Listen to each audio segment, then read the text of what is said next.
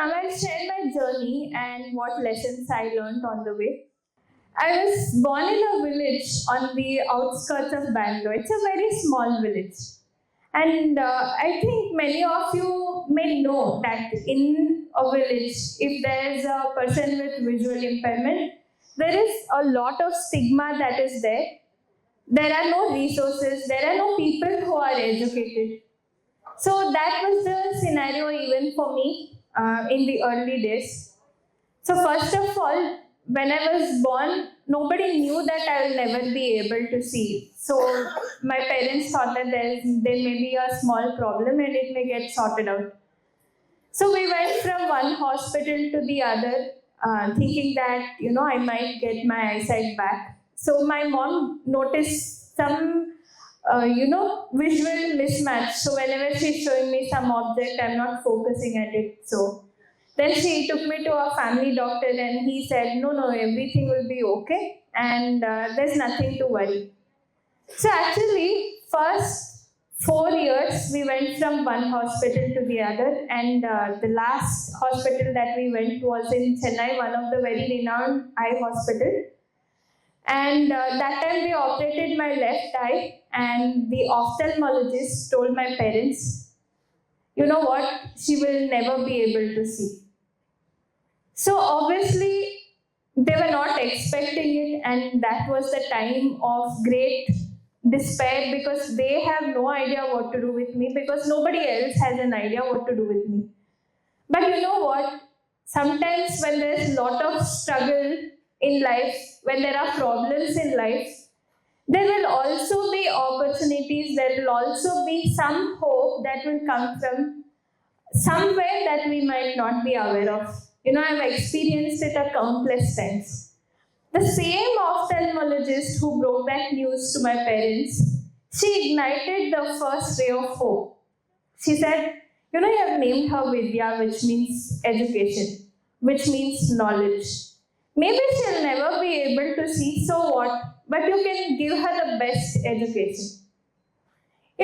Education is so obvious for everyone else who can see. When a child is born, they're 3 or 4, then they start studying and then they complete college. That's how it's for most of the people. But for a lot of visually impaired people, even the idea that one can be educated, that itself is not there. And for most of the children, the first ray of hope actually comes from the ophthalmologist or somebody in the rehabilitation field. So anyway, still 7th grade, I was in a blind school, and there you just have to know how to add, subtract, multiply, divide, over. From 2nd to 7th, we learn only that much. And little bit of, okay, if somebody finds a bangle, they'll give it to you and say, this is circle. This there in geometry, this is circle. If they see the table, they'll show me, look, this is in the shape of rectangle. Not more than that, That's math for children in the blind schools. But what happened was, when I came to high school, that's where the real trouble began. So, I should also mention one incident before the high school part that when I was in grade 7, there was this girl who came to my school once. So many people would get admissions. What's there? If it's a school, so many people get admissions. We'll all be excited to meet if there's any new friend coming, their background, and what if they become your best friend. That will be the approach in school days, right? We all can relate to it. But there was this one girl who had come.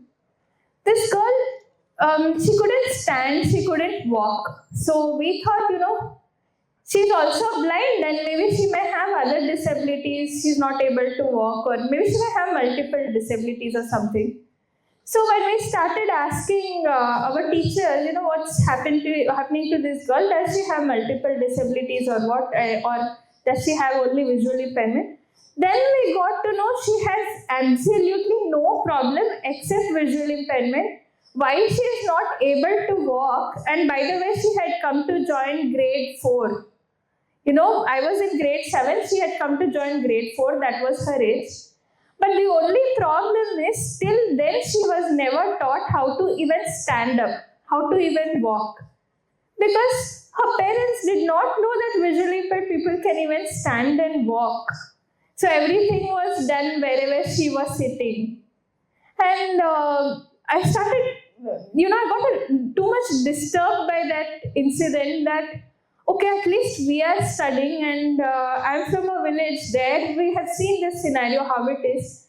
But there are scenarios like this also where imagine she is not in this school, so forever she would be at home and that's it. One day she'll be born, then 50, 60, 70 years she'll live, then she'll die, that's it.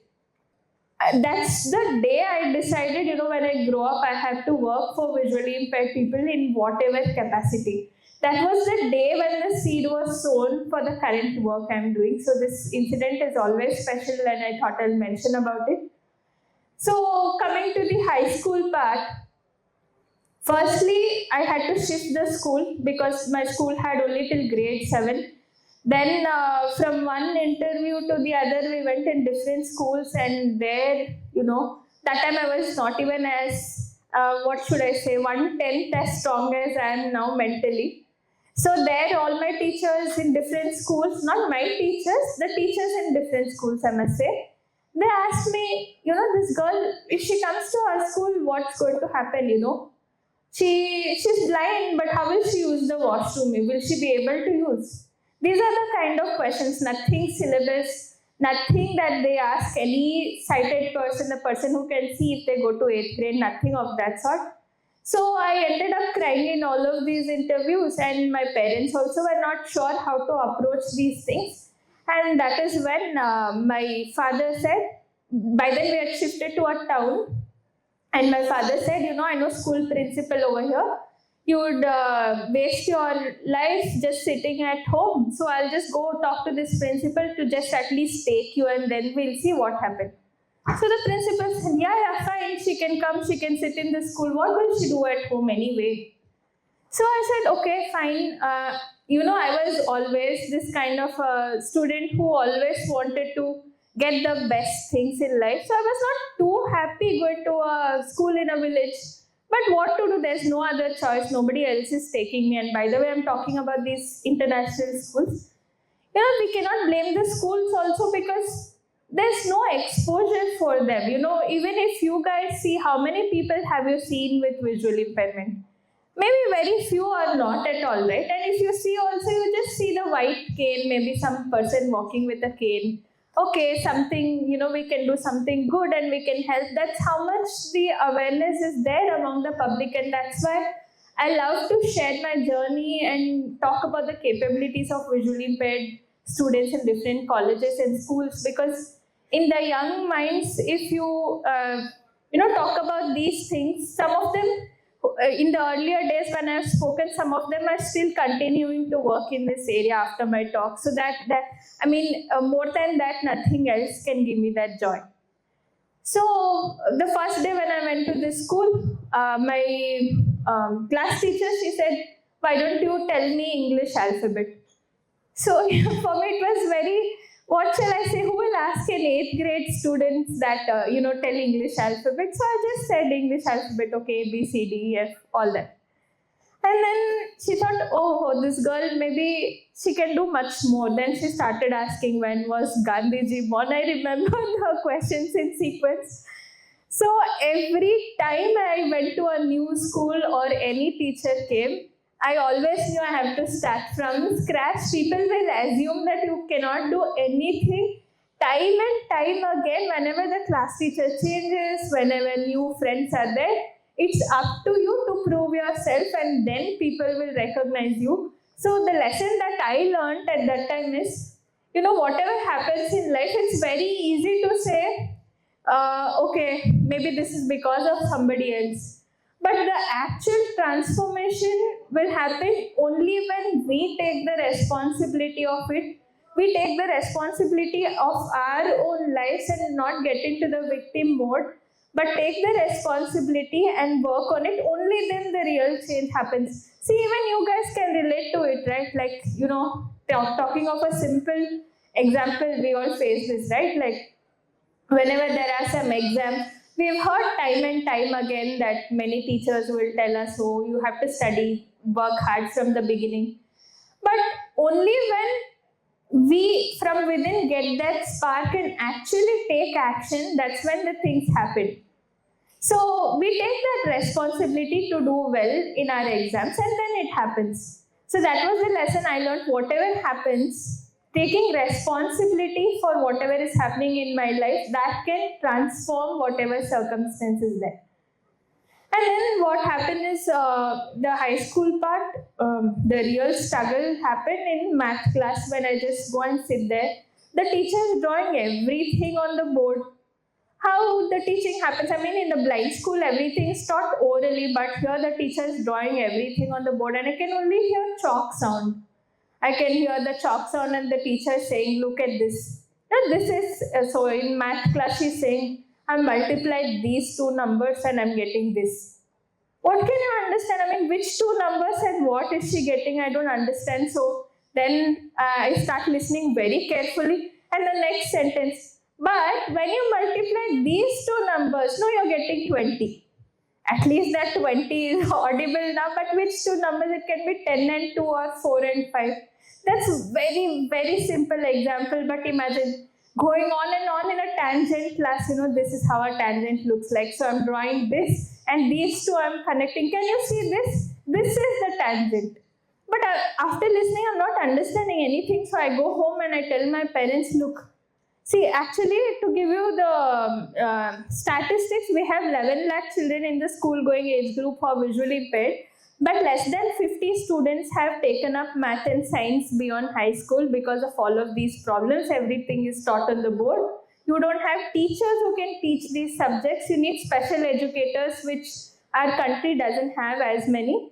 And there are no technologies also. You have to first of all listen to it and learn everything orally. And then I go to my parents and say, you know what, I cannot study these, I think I should give up. Then I just left that day. Next day morning, again I went to my parents and I say, you know what, I think I shouldn't give up. What if we, find some other way, maybe some teacher who can teach me? Maybe even English teacher would do. She'll see and she'll just teach me somehow if you cannot find a math teacher. That's how my English teacher began to teach me maths. She was talented and she had the basic understanding of math. So she started teaching me in whatever way she can. Everything orally, every day after class 1 hour. So all of these continued in 8th, 9th, 10th. And 10th, when I'm almost about to write the exam, Murli is here today. He's my cousin. And he was the person, the only educated person whom I knew at that time. If I say I want more help in math, he'll find me someone to teach. If I say, I'm not understanding this thing, can you see the picture and help me? At least he can see and he knows what it is, so he'll be able to help. So first, what happened, we went to the 10th grade. We convinced them, no, I will take up math. And I wrote my exams. We actually went to somebody, gave them a little bit of training. Someone had to write my exam because I can't write myself. We gave them a little bit of training on how to read out the questions and all. So I did very well and I secured 95% in my 10th grade boards. So from then I have never heard anyone asking me about my visual impairment or commenting anything about it. So it was a huge change for the family also. So from this, what I learned is, maybe you should continue on your path. Sometimes those 3 years, 8th, 9th, 10th grade, I really didn't know if it will lead me anywhere, but I just did one thing. Whenever I felt like giving up, go to sleep, wake up again, I knew I'll be fine after that. So that I just continued. I don't know where the path is going or what is happening. Nobody knows. But just go on, and I think one day you'll find where you have to be, because the universe has 1,000 different ways of teaching you what you should learn. So maybe it will take time. For some people it will happen instantly. For some people it will take time. So whenever the path is not clear, it's better to go on. Just that much. Just go on with whatever you're doing. Unless you're doing it sincerely, nothing to worry. And one more thing I learned is the mind is very tricky. Sometimes it will tell you, you must definitely give up. But I think that determination should be there, that never give up attitude should be there, and only when we continue on the path consistently, that is when we will be able to reach somewhere. So whenever I felt like giving up, I just watch my mind and let it relax, meditate a bit, and then I feel okay, and then I continue. So in 11th and 12th, to take up my board exams, that's when the biggest trouble happened, that they would give me only 3 hours like everybody else to write my exam. But first of all, I don't have any tools to write, so I have to remember everything orally. Someone else is writing my exam, so I have to dictate everything to them. So many times it would be like, I'll write everything horizontally, but they'll write vertically and then gone. You don't get any score for that because the representation is fully wrong. One whole year I have prepared, but finally mess up in the exam. So those kind of scenarios will happen. All of that I have to take care. I have to ensure that they're writing properly. And everything requires at least minimum 1 hour to write my exam. So I go to the board and tell them, I'm not able to write my exam on time. Just can you extend this? Can you change the policy? So actually, me and Moodley, so we wrote several letters to the education ministry, and then they said, why don't you also do like all other blind students? You could have easily dropped it. No, why are you taking it up? So that drop it was never, I was very rebellious from the beginning. If anyone says drop it, then unless I want to do it from within, I wouldn't take that for an answer. So I said, no, I really want that 1 hour extra time. And then finally, they changed the policies for me, and I got 1 hour extra time. But not only that much, after changing the policies for me, from the next year onwards, they changed the policies for all other blind students who would follow my path in Karnataka. So everyone who wanted to take math and science, they would by default get that 1 hour extra time. That was my first, experience of the joy that you get when you give back to people. One thing is your own success, but the joy you get when you work for other people and transform other people's lives is something that I can say it's 1,000,000 times more than your own success. That was first taste of the joy happened at that time. I was able to not only work for myself, but to work for so many people who would follow the path indirectly, but it happened. Then for my bachelor's, I took up computer science. I don't even have to tell you computer science, most of you have studied it. Imagine dictating programming in the exam. How would you say open the bracket, open the quote, write this, then close the quote, put semicolon, put this flower bracket, square bracket. How would you tell? And they will give you someone junior also, and you have to dictate all of these, and they will write your exam. I told my college, the university, that it simply isn't happening. I will write my own exam. So how I write my own exam is, I use something called a screen reader. So whatever I'm using, it comes up, like whatever is coming on the screen, it reads out, and that's how I know what it is reading. So that's how I use my phone, that's how I use my computer. And I said I will write my own exam. And then I convinced them to give me that facility. And from then, again, the university also changed the rules for everybody. Then I finished my master's from IIIT Bangalore. And for master's, it was another level of difficulty because the academic rigor was so much. The employers who came for employing us, they just asked, how will you use computer? That's it. That was the kind of question, and no amount of answer, or no amount of convincing would actually help them understand that I can also work like everybody else. They said, no ways. How can this happen? How can you work? How can you work like everybody else? Why don't you take up call center jobs? Or, blind people have reservation in banking jobs. Why don't you take it up? So that was the time when I was going through my own emotional struggles also. After so many years of hard work, maybe 1,000 times more hard work than everybody else, though I have taught my class, except me, everybody is getting a job. So then I had my own doubts, all these years, whatever I did, now what if I'm going to sit at home doing nothing? What's really going to happen? Then suddenly one day when I was praying, I just realized this thing that, you know what, why am I going to everybody and asking for jobs? Okay, give me job, give me job, give me job. I'm tired of it. Why don't I create jobs instead? Why don't I employ people and give jobs? I have not even thought in that direction. No, but okay, that I want to do, but what? Where am I going to employ people? Where am I going to give jobs?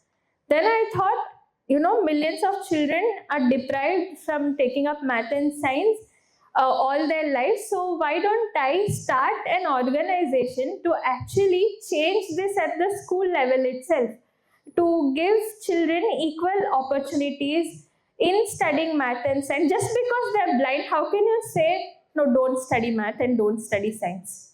How can you declare it? What if my story itself was the testimony to the fact that it can be done, right? Because I had studied till my post-graduation, I knew it can be done. Then I said I want to work for visually impaired students, especially in the math and science area, because schools were doing fine when it comes to language. They had braille books, they had audio recordings, but only math and science kids are suffering. And without math and science, how much can you do? Any competitive exam also, even if you want to get into banking and all that, it requires your math and science knowledge. Then is when I teamed up with, I was looking for people again. I was I asked many of my classmates to join me in this mission, but that uncertainty will always be there, right? What if something happens? What if the organization fails? What if? That's the uncertainty that we all have. So that time what I learned is I will take a bold step and I'll go reach out to one of the professors, Professor Amit Prakash, who was the coordinator of my course. I went to him and said, I want to start this organization. Can you help me? Can you find someone to work with me? Because I have the domain knowledge, but I need someone else who can run with this whole thing along with me. Then he said, why don't you reach out to Supriya? She is there at IIIT. She is much senior, 30 years senior to me, but she had also graduated from MS by research. Then I reached out to her. She said, give me 1 week's time. And then the three of us started Vision Empower in 2017. The lesson that I learned here is, the more we embrace uncertainty, the better of our life will be. And then things become much easier. See, the first year we went to schools, we sat with the students and teachers, we started identifying what challenges are there, why kids are not studying math and science. Now I cannot say, Vidhya faced this challenge, so we will introduce this to the whole country. I mean, country is so large and there's so many millions of visually impaired children. How can it be based on only one person's experience? So we went to students, we sat in their classes, we consulted some experts in this area. We realized everyone is working in silos, but what is happening is we need an organization to bring everything together. Someone is printing braille books, but they're not printing math and science. Someone's having audio recordings, but they're not making it available for everybody.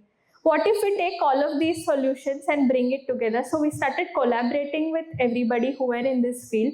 That is the first thing we did.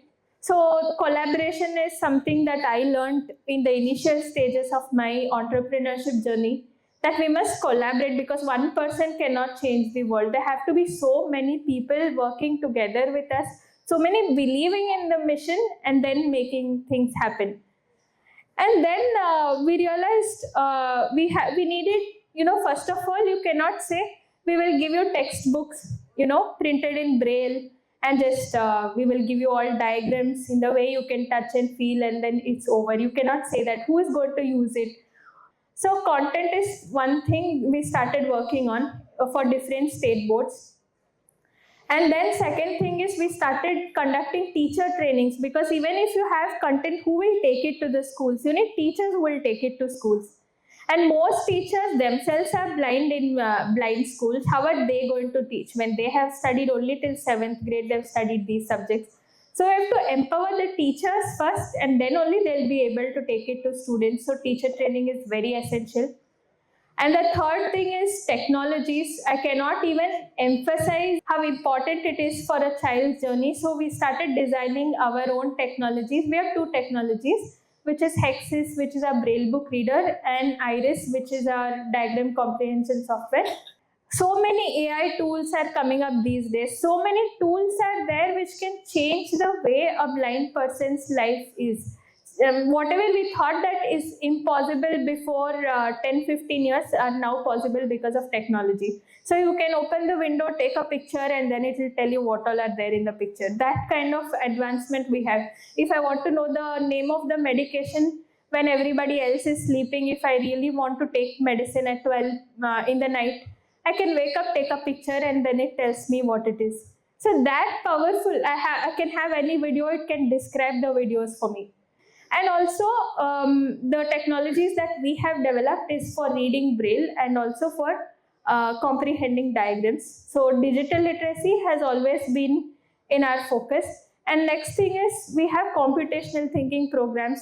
First of all, even before we think of programming and everything, the children need to be good with numbers. Now, if you tell 2 plus 3 is 5 to a first grader, they'll really get bored. They want to play like everybody else. You have visual impairment, but you still are a child. You have to play first. So what we do, we have designed so many games for children. So we give these games to children and then they play. And as side effect, they are learning. So that's how learning is happening. It gives me immense joy to say that, in our Science Day events, which is happening now, across 15 states during the Science Day, February 28th. That week we have events across the country. There all our children are confidently, through the labs that have been set up in their schools, they have been able to demonstrate all the experiments like any other child. And in fact, children from regular schools come to see our children demonstrate these things. So before 7-8 years before we started this, nothing of this was there, but now we are working in 17 states in 150 schools. So, and that has been my contribution to this community, and I feel very happy. Thank you.